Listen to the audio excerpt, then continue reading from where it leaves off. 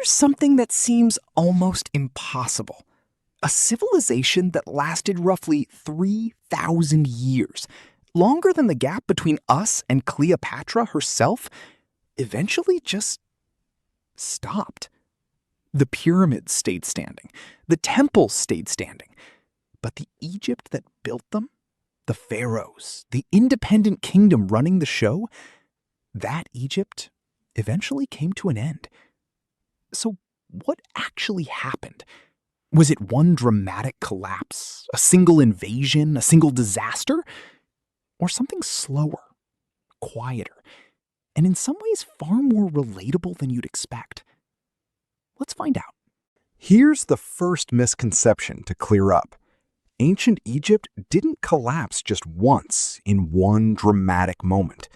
Its 3,000-year history actually included several rises and falls, periods of strength, called kingdoms, separated by unstable stretches historians call intermediate periods, where central power weakened, regions split, and instability crept in. Egypt had already survived multiple near collapses long before its true final ending. Which raises the real question: what made the final decline different? The one Egypt never fully recovered from? Remember how we said Egyptian civilization depended entirely on the Nile's predictable annual flood? Here's the problem. That predictability wasn't guaranteed forever. Climate researchers studying ancient records have found evidence of periods where the Nile's flood became weaker and less reliable, sometimes for years or even decades at a stretch. Weak floods meant poor harvests. Poor harvests meant food shortages. Food shortages meant a hungry population and a government suddenly unable to deliver on its most basic promise: stability. Compare that to modern concerns about climate affecting food security today. The underlying fear isn't actually new. Egypt may have faced an early version of exactly that pressure, thousands of years before anyone had a word for climate change. But a food crisis alone doesn't collapse a civilization. What made things worse? Here's an uncomfortable truth. A weakened, food-insecure Egypt became a far more tempting target. Over centuries, outside powers took notice and took action. Libyan rulers, Nubian kings from the south, the Assyrian Empire, and eventually the Persians all took control of Egypt at different points. Each conquest didn't necessarily destroy Egyptian culture outright. Many foreign rulers actually adopted Egyptian customs and titles to legitimize their rule. But politically, the core thing that made Egypt Egypt, an independent, self-governing kingdom, kept getting interrupted repeatedly by outside control. Compare that to a country today losing sovereignty repeatedly, even if daily life and culture continue on the surface. Egypt's identity survived remarkably intact for a long time, but its independent political power was being chipped away, piece by piece, conquest by conquest.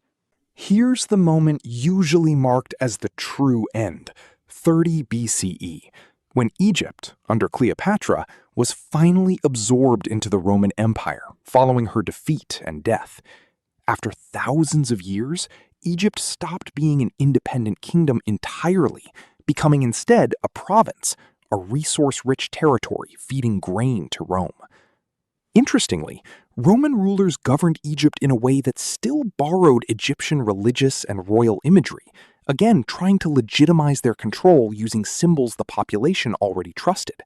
Temples continued operating, hieroglyphs continued being carved, for a while longer. Compare that to a modern company being fully acquired by a larger one.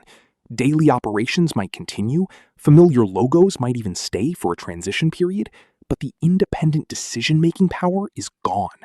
That's roughly what happened to Egypt politically in 30 BCE. But here's the surprising part. Egyptian culture itself didn't vanish overnight after this. So what actually finished the job? Here's the part that's genuinely a little haunting. Egyptian religion and hieroglyphic writing didn't disappear the moment Rome took over. they faded slowly over centuries as Greek and later Christian influence spread through the region.